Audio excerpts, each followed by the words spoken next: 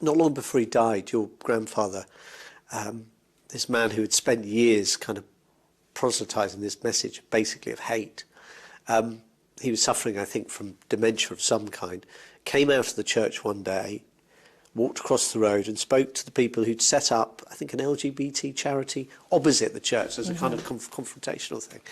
What do you know that happened that day? What were you told he said to them? It was a different message to the one he usually propagated. Yeah, so this happened about 1.5 years after I left the church, and I was speaking to my brother, who I just discovered had just left the church.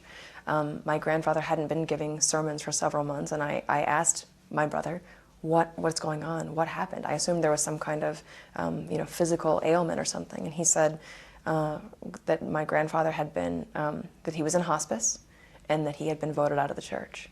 And I asked him why, and he said, the day that he was voted out, he went out onto the front lawn, as you say, and called out to the people running the Equality House, as they call it, and said, "You're good people." And so he had come, apparently, according to my brother and to other people who have left the church since, he came to see the church as cruel and unmerciful. This is the man whose website had said God hates fags, saying to fags, to use the a kind of crude insult that's used to homosexuals, "You're good people." Kind of an epiphany. So then how did it come about that Gramps kind of fell out of favour? I mean, as I understand it, he was actually voted out of the church. Is that correct? Yeah, that's what I've heard from multiple people who have left since I did. And they all point to, like, the day that he was voted out, he had gone out onto the front lawn of the church and said, called out to the people at the Equality House. That's the rainbow-coloured house? Right. And said, "You're good people." And, they kind of ushered him back inside. And which would be completely contradictory to his entire ministry. Absolutely. And he was, I think at that point, 85. What is your view? Do you think that he had a sincere change of heart at the end, or do you think that was a symptom of dementia? I think he did have a change of heart. And they'll tell you that he didn't, of course he didn't have a change in perspective, but the fact that it was the actual, the thing that triggered his expulsion makes me believe that that it was real.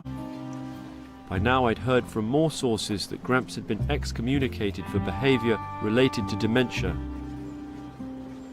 With the church unwilling to discuss it, I'd made contact with one of the most recent defectors who'd been at the meeting where Gramps had been voted out of the church. Fred Phelps' granddaughter and Shirley's niece, 21-year-old Rachel Hockenbarger. Hi, Rachel. Yeah. Louis. Yeah. How are you doing? I'm good. How Nice are to you? meet you. Can we come in? Yeah. So you were there when Gramps, your grandfather, died. Yeah. And one thing that's been alleged is that he was out of favour when he died. Yeah, I was. Very true. He was very sick, and they isolated him to his own house and made him live there by himself when he was too old and too sick to take care of himself.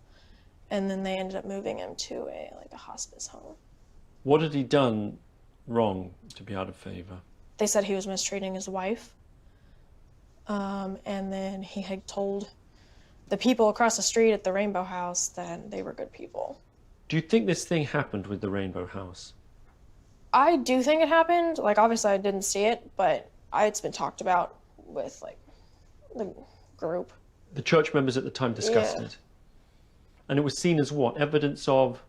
That he had fallen out of faith. They see a lot of, especially, mental illnesses and stuff like that as demons, as a curse. And so they were like, if God let that happen to him, then it is how he is as a person, basically. So in their theories, it wouldn't be purely medical. No. It would be some symptom of divine disfavor. Yes.